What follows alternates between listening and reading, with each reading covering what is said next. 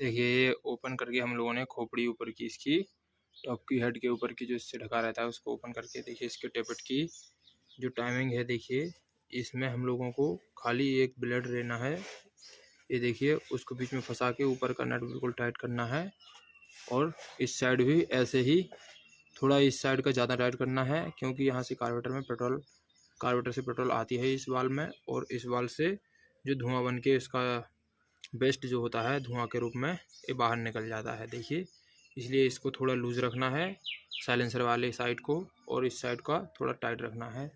देखिए ऊपर का चारों नट निकालने के बाद देखिए ये है।